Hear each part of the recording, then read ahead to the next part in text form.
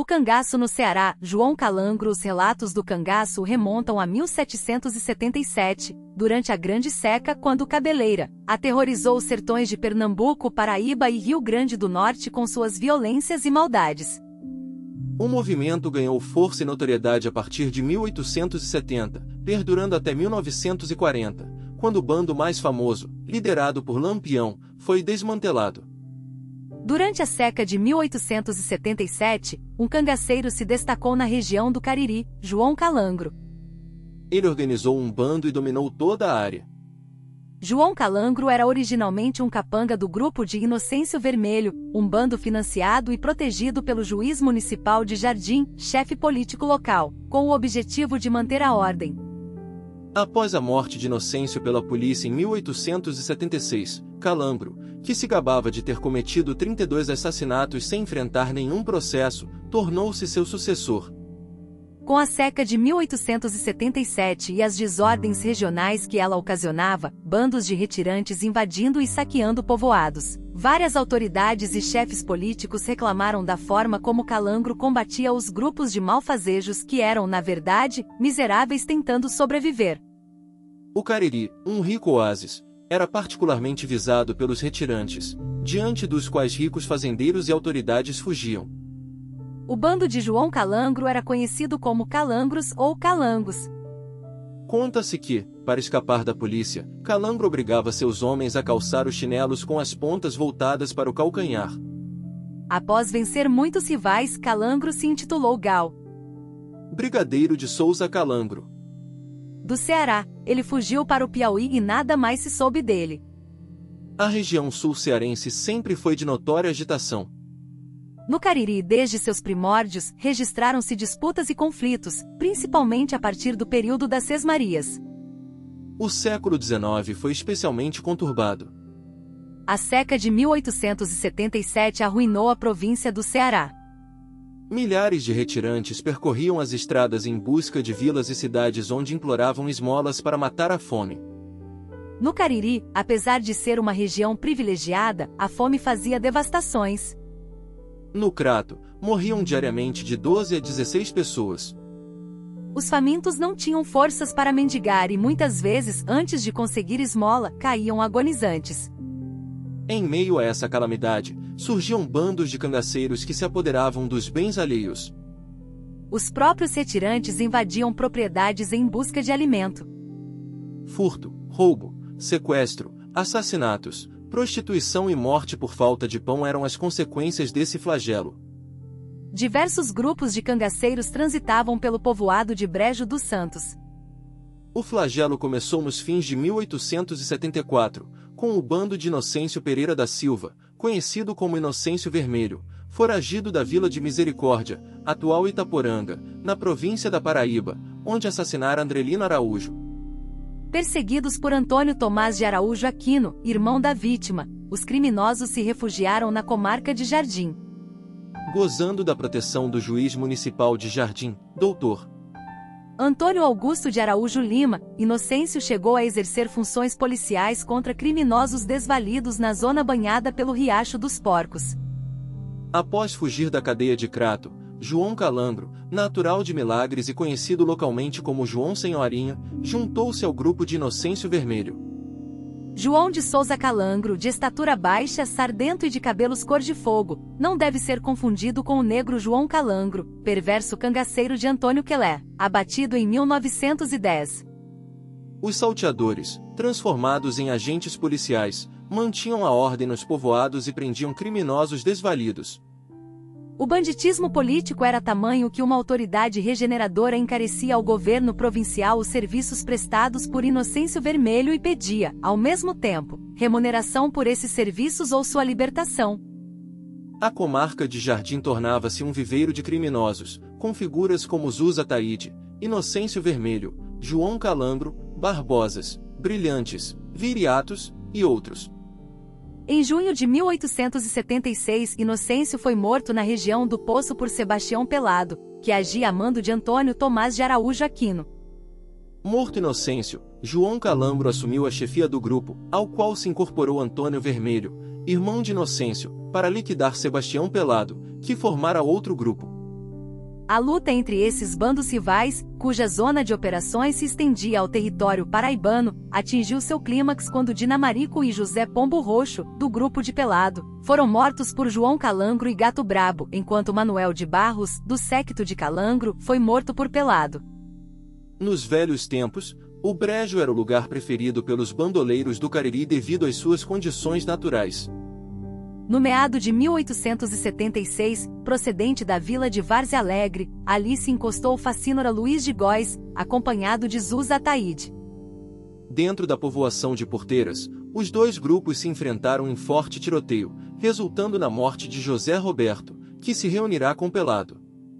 O capitão José Mateus Pereira da Silva, morador na comarca de Vila Bela, na província de Pernambuco, exigia de Sebastião Pelado a orelha de João Calangro, ameaçando de morte caso não cumprisse a tarefa.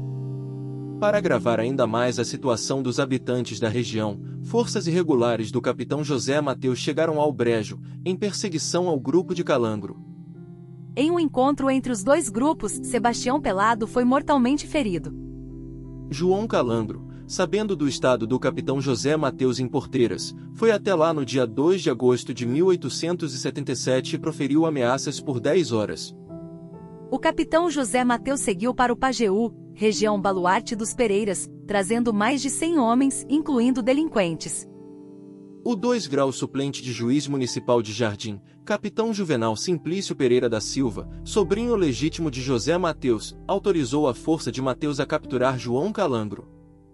A força foi dividida em 3 grupos, com um seguindo para Brejo dos Santos, outro para Missão Velha e outro, comandado por Mateus e seus genros, para Milagres.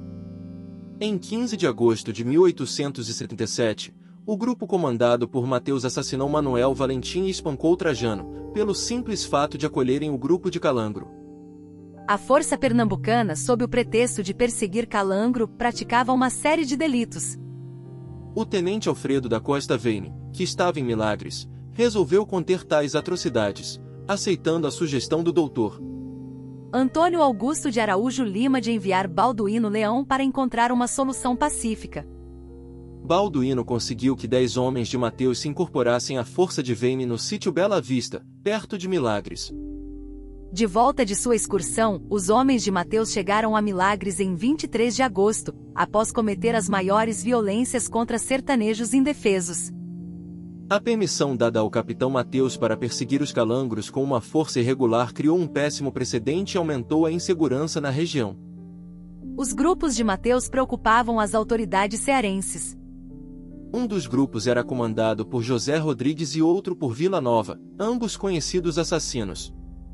No dia 29 de agosto, o tenente Veine recebeu requisição dos juízes de direito de Barbalha e Crato, cujas cidades estavam ameaçadas de ser assaltadas por esses grupos.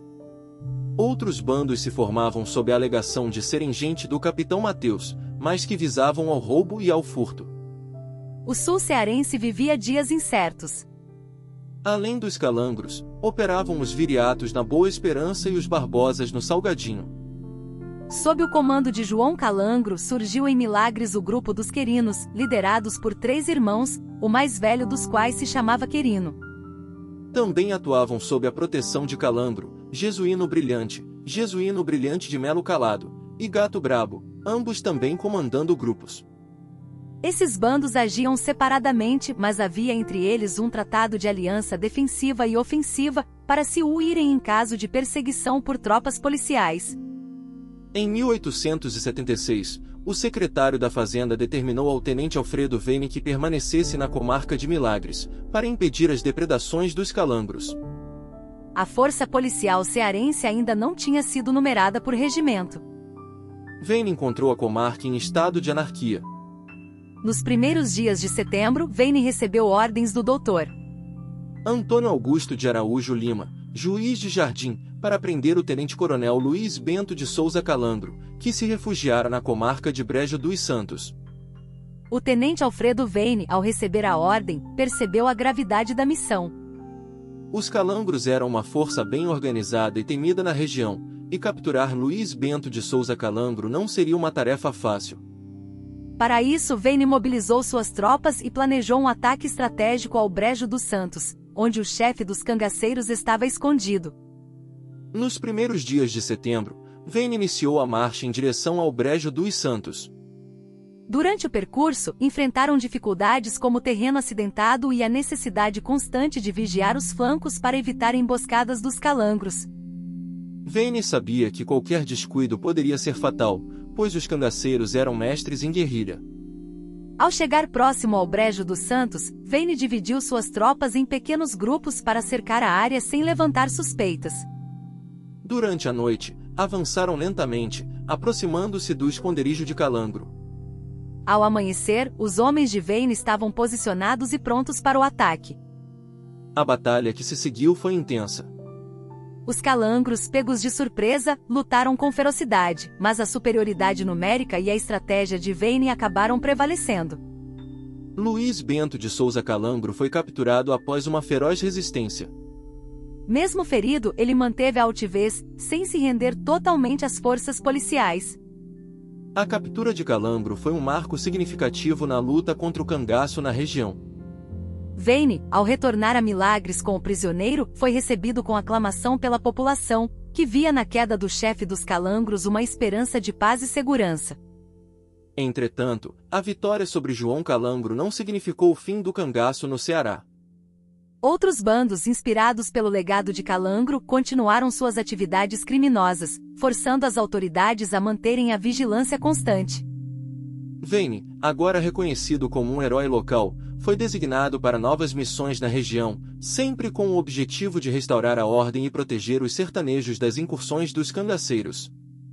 O governo provincial, impressionado com a eficiência de Vane, decidiu reforçar as forças policiais no Cariri, fornecendo melhores recursos e treinamento aos soldados. As operações de repressão aos cangaceiros tornaram-se mais organizadas e frequentes, dificultando a vida dos bandoleiros que ainda insistiam em resistir. A prisão de Luís Bento de Souza Calangro teve um impacto significativo no cangaço. Sem seu líder carismático e temido, muitos membros de seu bando dispersaram-se, tentando retomar suas vidas ou unindo-se a outros grupos menores. A era dos grandes chefes cangaceiros começava a declinar, dando lugar a uma nova fase de resistência e adaptação. O Cariri, lentamente, foi recuperando a paz. As autoridades locais, agora mais conscientes da importância de uma ação coordenada e enérgica, continuaram a perseguir os remanescentes dos bandos cangaceiros, garantindo que a lei e a ordem prevalecessem. Apesar das dificuldades e dos muitos desafios enfrentados, a captura de João Calangro simbolizou uma vitória importante na longa e árdua luta contra o cangaço no Ceará. A região, antes dominada pelo medo e pela violência, começou a vislumbrar um futuro mais seguro e próspero, graças aos esforços incansáveis de homens como Alfredo Vane e tantos outros que dedicaram suas vidas à proteção e ao bem-estar do povo sertanejo. À medida que o tempo passava, a vida no Cariri começou a melhorar. A segurança proporcionada pela repressão aos cangaceiros trouxe um novo ânimo para a população, que gradualmente voltou a investir em suas terras e negócios. As feiras, antes dominadas pelo medo de ataques, começaram a prosperar novamente, com comerciantes e agricultores sentindo-se mais seguros para negociar seus produtos. Entretanto, os problemas estruturais que haviam fomentado o surgimento do cangaço ainda persistiam. A desigualdade social e a falta de oportunidades econômicas continuavam a ser uma realidade dura para muitos sertanejos. A seca, sempre presente e devastadora, não deixava de ser uma ameaça constante, lembrando a todos da fragilidade de suas vidas no sertão. As autoridades provinciais, conscientes de que a repressão ao cangaço era apenas uma parte da solução, começaram a buscar formas de desenvolver a região. Projetos de irrigação e incentivo à agricultura foram implementados, visando proporcionar melhores condições de vida para os habitantes do Cariri. A construção de estradas e melhorias na infraestrutura também fizeram parte desse esforço, facilitando o escoamento da produção e o acesso a mercados. A história de João Calangro e sua captura tornou-se uma lenda local, contada de geração em geração. Enquanto alguns o viam como um bandido cruel, outros o consideravam um homem que, apesar de seus crimes, tinha conseguido impor uma ordem em meio ao caos. Sua figura complexa e contraditória simbolizava os dilemas enfrentados pela sociedade do sertão, entre a violência e a busca por justiça, entre a miséria e a luta pela sobrevivência. Aos poucos, o Cariri foi se transformando. A chegada de novas tecnologias e métodos agrícolas, juntamente com uma maior presença do Estado, ajudou a consolidar uma nova fase de desenvolvimento. As escolas, antes escassas, começaram a se multiplicar, proporcionando educação para as crianças e jovens da região. Com o tempo, a alfabetização e a formação profissional passaram a abrir novas possibilidades para as gerações futuras, diminuindo a dependência da terra e oferecendo alternativas à vida de crime. Ainda assim, a memória dos tempos de cangaço continuou viva. Festas populares e celebrações religiosas incorporaram elementos dessa história com cantigas, danças e encenações teatrais que relembravam as aventuras e tragédias dos cangaceiros. Museus e centros culturais surgiram, dedicados a preservar e contar a história dessa época conturbada, buscando aprender com o passado para construir um futuro melhor. O legado de João Calangro e dos outros cangaceiros do Ceará permanece como um capítulo fascinante e essencial da história do sertão nordestino. Suas vidas, marcadas pela violência e pela busca de poder, também refletem a resistência